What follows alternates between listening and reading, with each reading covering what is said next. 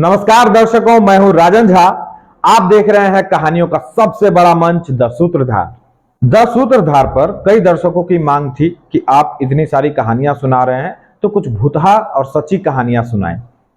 तो हमने तय किया हुआ है कि हर शनिवार को हम भूत प्रेतों की सच्ची कहानियां सुनाएंगे।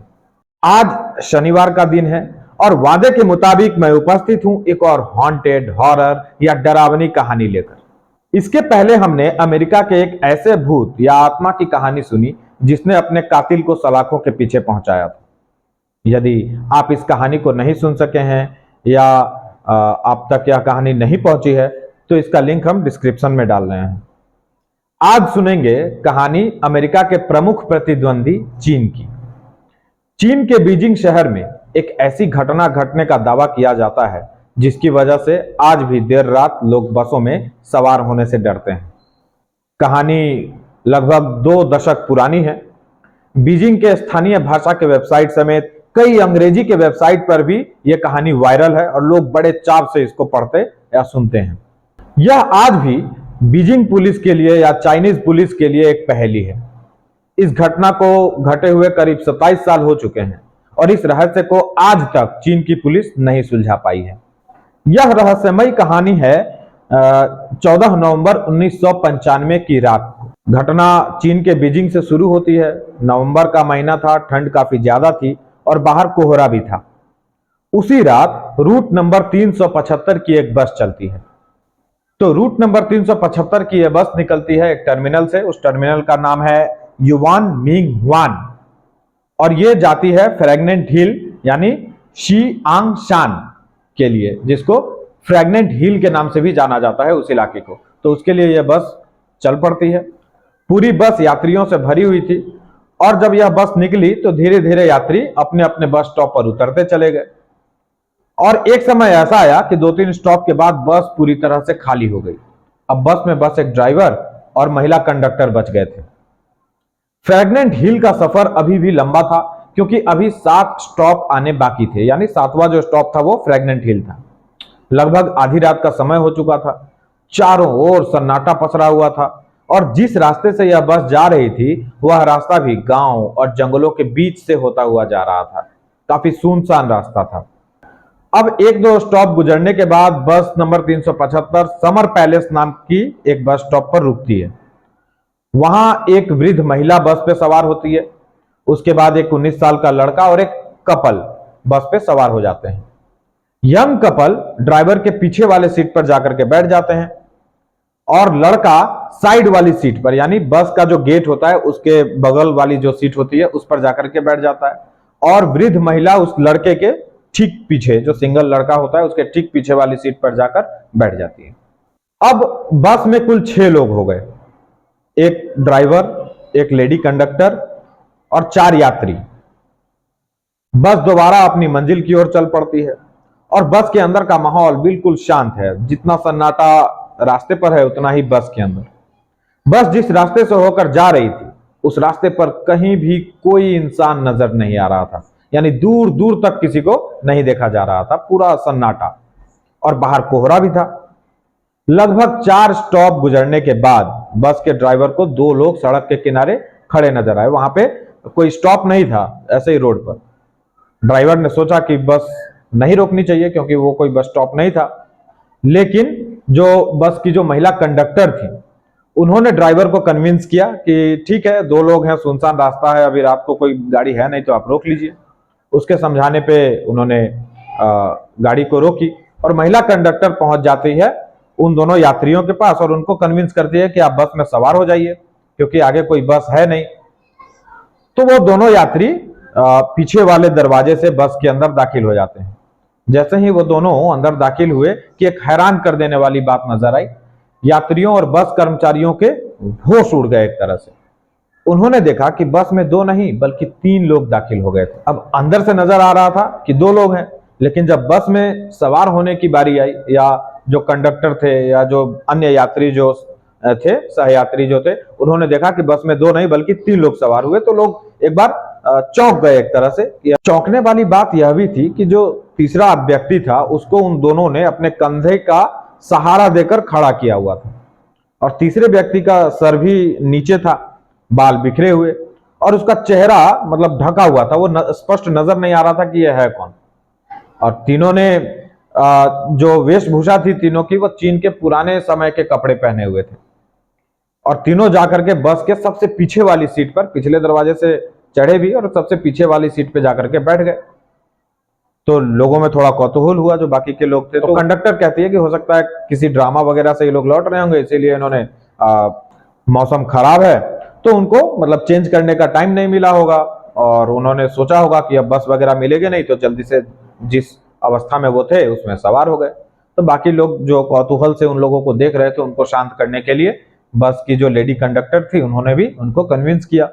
तो अब बस नंबर 375 आगे की ओर बढ़ी। अब बस में कुल 9 लोग सवार थे। बस में पहले से जो वृद्ध महिला सफर कर रही थी वह बार बार पीछे की तरफ मुड़कर देख रही थी उन तीनों को। जब अगला बस स्टॉप आया तो यंग कपल उतर गए, मतलब अब जो यंग कपल ड्राइवर के सीट के पीछे बैठे थे वो दोनों उतर गए, और उसके बाद बस फिर आगे बढ़ गई। अब बस में 7 लोग सवार थे। अभी भी वह वृद्ध महिला बार बार मुड़कर उन 3 जो संदिग्ध लोग चढ़े थे बाद में उनको देख रही थी। वे लोग उनको कुछ अजीब लग रहे थे, मगर बस में मौजूद बाकी सारे लोग अपने आप में व्यस्त थे, उनको कोई मतलब नहीं था। महिला कंडक्टर जो वो ड्राइवर के बगल में बैठ गई उससे बातचीत में व्यस्त हो गई, और वृद्ध महिला के आगे बैठा हुआ जो लड़का था यंग, वो जो है बस की खिड़की से बाहर का नजारा देख रहा था, और वो अपने आप में मस्त था। अब करीब 2-3 किलोमीटर जैसे ही बस आगे बढ़ती है तो वृद्ध महिला जो है जोर जोर से चिल्लाना शुरू कर देती है, और अपने आगे बैठे हुए लड़के को एक तमाचा लगा देती है और कहती है कि मेरा पर्स दो, तुमने मेरा पर्स चुराया है। यह सुनकर महिला कंडक्टर वृद्ध महिला की ओर आती है और कहती है कि भाई मैं भी यहीं बैठी हूं, आपका पर्स इसने नहीं चुराया, यह तो आपके आगे बैठा हुआ है, यह कैसे चुराएगा, और चुराएगा तो सबके नजर में आ जाएगा। लड़के ने भी यही बात वृद्ध महिला को समझाई, मगर वो वृद्ध महिला मानने को तैयार नहीं थी। वो अपनी बात पर अड़ी हुई है और लड़के को पुलिस के हवाले करने की बात कहते हुए उसको धक्का मार के बस से उतारने लगी। अब ड्राइवर और महिला कंडक्टर ने वृद्ध महिला को बहुत समझाया कि ऐसा नहीं है भाई, आप झगड़ा मत करिए या उसको धक्के मत दीजिए, और लेकिन वृद्ध महिला मानने को तैयार नहीं थी। उसने कहा कि भाई, आपको ड्राइवर को कहा कि अगले बस स्टॉप पर जो है आपको बस रोकनी है, मैं इसको पुलिस के हवाले करूंगी। अब अगला बस स्टॉप आया। बस के रुकते ही वृद्ध महिला ने लड़के का कॉलर पकड़कर घसीटा और नीचे उतार लिया। अब बस जो है वो आगे बढ़ गई, बस अपनी मंजिल की ओर निकल गई। अपने साथ हुई इस घटना से लड़का बहुत परेशान हो चुका था, जो यंग लड़का था। लड़के ने वृद्ध महिला से बोला कि मैंने आपका पर्स नहीं चुराया है, आप खामोखा मुझ पे इल्जाम लगा रही हैं, और देखिए आपके गलत इल्जाम की वजह से ये मेरी आखिरी बस भी छूट गई, अब घर पहुंचने में मुझको परेशानी होगी, अब मैं घर कैसे जाऊंगा, और यहाँ पे जहां आपने मुझको उतारा है यहाँ पे तो आसपास में कोई पुलिस स्टेशन भी नहीं, आप मतलब कौन से पुलिस स्टेशन में मुझको लेकर के जाएंगी। तभी वृद्ध महिला एक गहरी लंबी सांस भरने के बाद उस लड़के से कहती है कि मुझे पता है तुमने मेरा पर्स नहीं चुराया है। तो महिला ने कहा कि यह इल्जाम मैंने तुम्हारी जान बचाने के लिए लगाया था।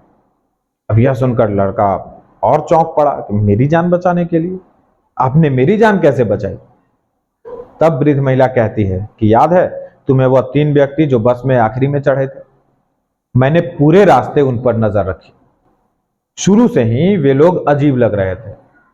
रास्ते के दौरान जब मैं उनकी ओर देख रही थी तो उनके कपड़े तेज हवाओं के कारण थोड़ी देर के लिए हवा में उड़े, और जैसे ही कपड़े तन से हटे मैं देख करके डर गई, क्योंकि उनके पैर नहीं थे और मुझे अपनी आंखों पर विश्वास नहीं हुआ। ऐसा लगा जैसे मैंने कोई सपना देखा हो। तभी तीसरे व्यक्ति का चेहरा मुझे दिखा। यह देख मैं समझ चुकी थी कि ये लोग इंसान नहीं हैं। मुझे जितनी जल्दी हो सके इस बस से उतरना था और तुम्हारी भी जान बचानी थी, इसलिए मैंने अपने पर्स के चोरी का झूठा इल्जाम तुम पर लगाया ताकि हम दोनों सुरक्षित बस से उतर सकें। यह सुनकर जब लड़के ने उससे पूछा कि यह बात ड्राइवर और कंडक्टर को आपने क्यों नहीं बताई, तो उनकी भी जान बचा लेनी थी आपको। तो वृद्ध महिला ने कहा कि मैंने उनको यह बात बताई थी, लेकिन उन्होंने इसे अनसुना कर दिया। उन्होंने गंभीरता से इसे नहीं लिया और कहने लगे कि आप वृद्ध महिलाएं, आपकी आंखों को कोई धोखा हुआ होगा। इसके बाद वृद्ध महिला और जो लड़का था वो तुरंत चलते हुए पुलिस स्टेशन पहुंचते हैं नजदीकी, और पुलिस के कर्मचारियों को वो पूरी घटना के बारे में जानकारी देते हैं। लेकिन पुलिस कर्मचारी भी उनकी बात पर यकीन नहीं करते और उन्हें घर जाने की सलाह दे देते हैं।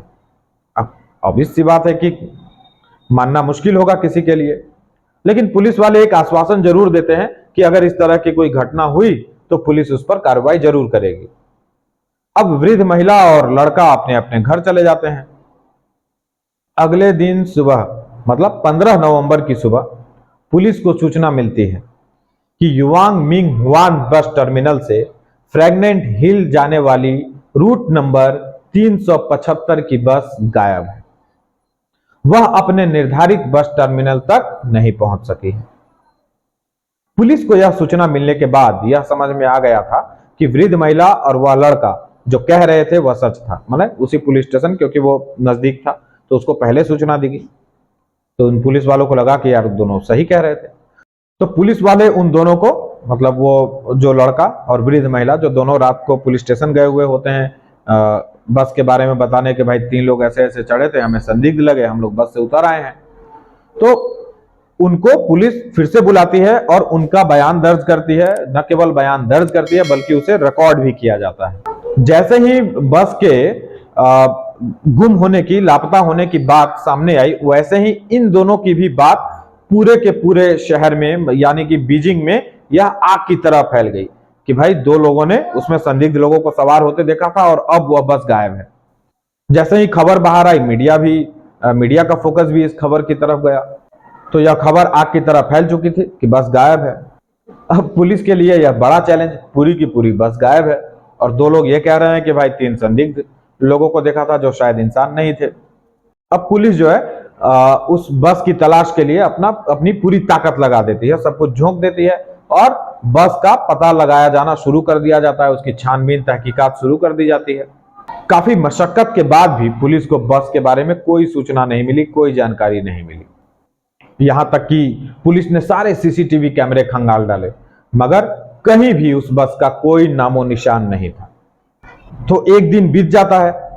अब 16 नवंबर को पुलिस को सूचना मिलती है कि एक बस नदी में गिरी हुई है। पुलिस मौके पर जाती है और उस बस को नदी से बाहर निकालती है। अब पुलिस बस को देख करके चौंक जाती है, क्योंकि ये वही बस थी जो गायब हो गई थी, वही रूट नंबर 375 वाली बस। यह बस फ्रैगनेंट हिल से करीब 100 किलोमीटर दूर एक नदी में मिली। मैंने कहा फ्रैगनेंट हिल जहां उसको जाना था और कहा 100 किलोमीटर दूर वो नदी। पुलिस क्रेन की मदद से उस बस को नदी से बाहर निकालती है। बस के अंदर कुल मतलब जो लाशें मिली उनमें एक ड्राइवर और महिला कंडक्टर की लाश मिली और 3 अन्य लोगों की लाशें मिली। अब पुलिस यह देख करके दोबारा चौंकती है कि महिला कंडक्टर और जो ड्राइवर है उनकी लाशें तो सही सलामत हैं, लेकिन बाकी की जो 3 लाशें हैं वो पूरी तरह सड़ चुकी थी। तो जो सड़ी हुई लाशें थी उनसे भयानक बदबू आ रही थी। अभी तो और सारी चीजें थी जो पुलिस वालों को चौंकाने वाली थी। पुलिस ने जब डिपो से संपर्क किया तो डिपो वालों ने बताया कि बस में तो इतना फ्यूल ही नहीं था कि वो 100 किलोमीटर दूर चले जाएं। अब पुलिस वालों ने बस का फ्यूल टैंक चेक किया। जब फ्यूल टैंक को खोला गया तो टैंक ताजे खून से भरे हुए थे। रूट में जितनी भी सीसीटीवी लगे हुए थे उनमें से एक भी सीसीटीवी में वो बस कैद नहीं हुई। यह घटना 1995 की सबसे बड़ी घटना थी और इस घटना को ग्लोबल टाइम्स के साथ साथ चीन के बड़े टेलीविजनों पर भी दिखाया गया था। जो टेलीविजन चैनल थे उन पर भी इस घटना को, माने इस समाचार को दिखाया गया था। अब बाल बाल बचे उस वृद्ध महिला और उस लड़के को लोग भाग्यशाली यानी लकी समझने लगे। लेकिन अब भी कई सवाल हैं जिसे आज तक सुलझाया नहीं जा सका कि ये 3 लोग कौन थे। क्या ये 3 लोग इंसान नहीं थे? बस बिना फ्यूल के 100 किलोमीटर दूर कैसे चली गई? टैंकर में खून क्यों मिला, कैसे मिला? तो ये कुछ सवाल हैं जो आज भी सवाल बने हुए हैं और इनका जवाब अभी तक चीन की पुलिस जो है नहीं तलाश सकी है। आपसे उम्मीद है कि यह कहानी आपको पसंद आई होगी। अगले हफ्ते फिर से मिलेंगे एक और नई और रोमांचक कहानी के साथ। तब तक आप देखते रहिए द सूत्रधार।